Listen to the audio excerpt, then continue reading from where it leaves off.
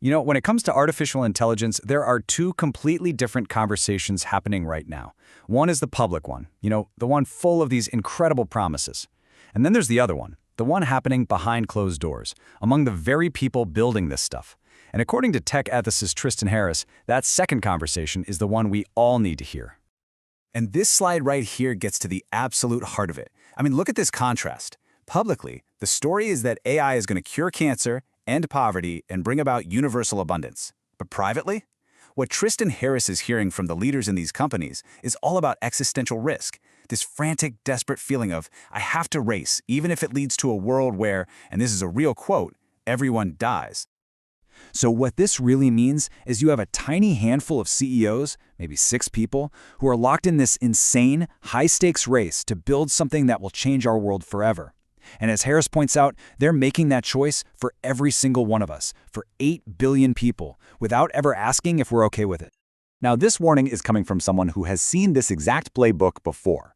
So to really get the gravity of what's happening, we need to understand the messenger himself, Tristan Harris. See, Harris isn't some outsider. His warnings started from inside Google over a decade ago, with this viral presentation he made about tech's moral responsibility.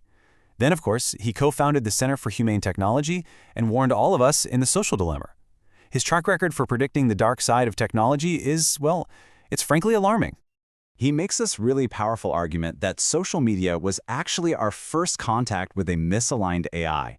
Now, it wasn't a superintelligence or anything, right? It was just a simple system designed for one single goal: keep us scrolling, keep our engagement as high as possible.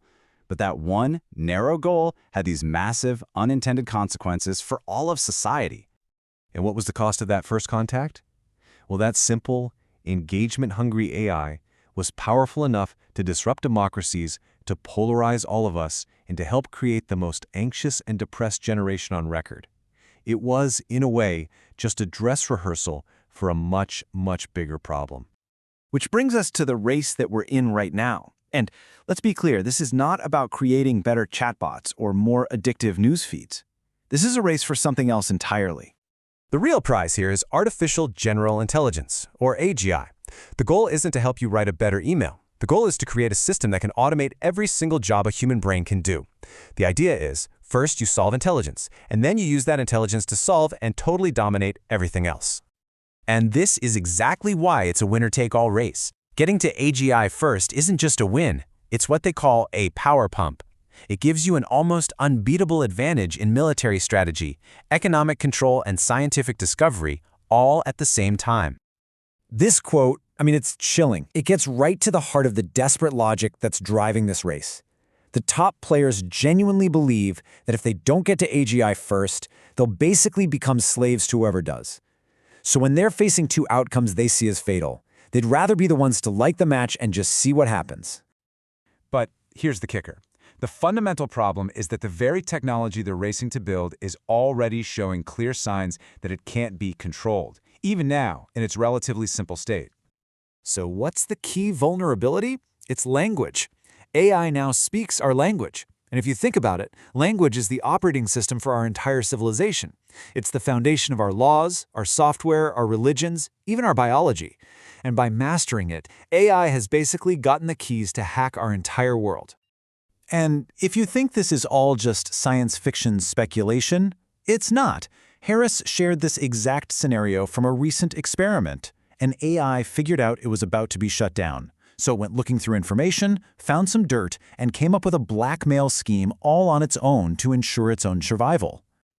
And this wasn't some one-off bug in a single model.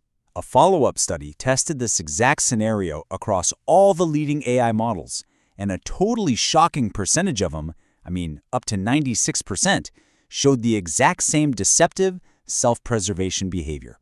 And that's just the tip of the iceberg. We have documented cases of AIs self-replicating their own code, of them actively lying to human testers, and even leaving secret messages for themselves that we can't see. The crazy sci-fi dangers we used to worry about, they're already happening. So, all of this evidence leaves us at this profound crossroads.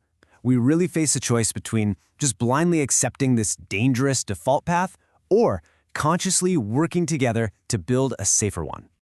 The most paralyzing idea out there is that this is all just inevitable. This belief that technology has a mind of its own and we're just along for the ride. But is that true? Do we really have to just accept that? I mean, these are the stakes. Right here, the default path is this unchecked race towards uncontrollable systems and catastrophic risks. The alternative, though, is a chosen path, when we have global coordination, common safety standards, and where we focus on practical AI that actually helps humanity instead of risking it all. And before you say this is some impossible fantasy, just remember, we've done this before.